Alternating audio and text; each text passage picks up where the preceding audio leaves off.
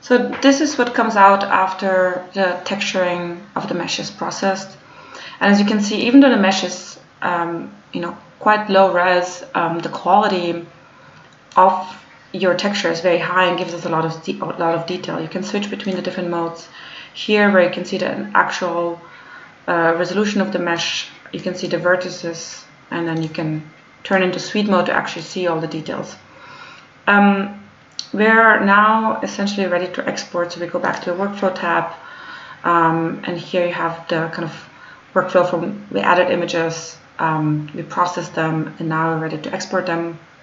So here you hit model and make sure to export it as an OBJ. So here I will save it in here. I pre-saved it. Essentially what you have to do is you have to go to the Reality Capture website and pay a fee to be able to export. So that's their licensing model, pay per input. This model was around $3.50. It depends on the complexity of your model. So essentially, actually the number and resolution of your photography, that's what determines the price point. So here you can save your model as an OBJ, and it will look something like that in your folder. So when you open up your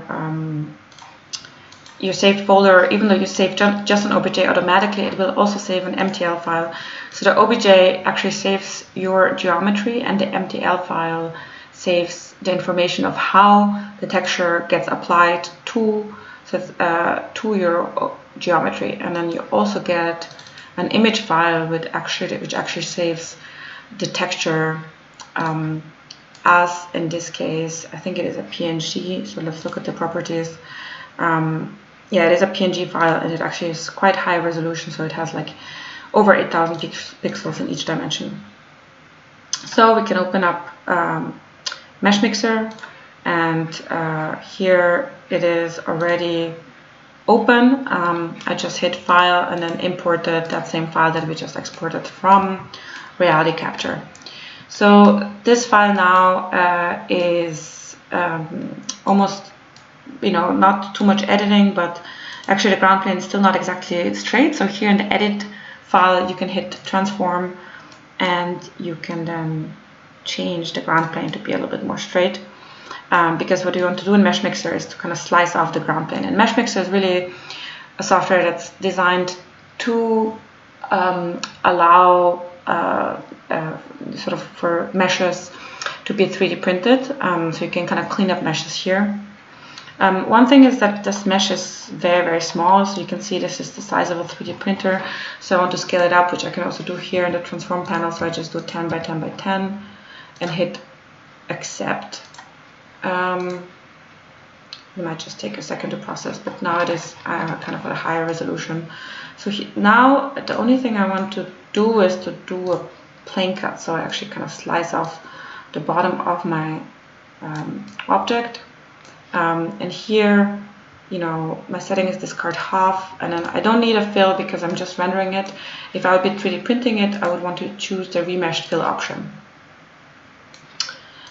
Hit accept, and you can select anything extra that is sort of off. Actually, I want my plane cut to be a little bit higher because I don't want these little remnants here around. So just repeat the process one more time, and then hit no fill, and then accept.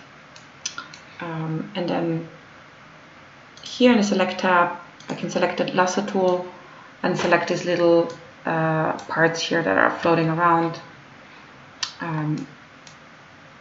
Just select and delete them. And here, same thing here. You can always go into clear selection if something unexpected happens. So here the lasso tool, going around the object and then deleting it.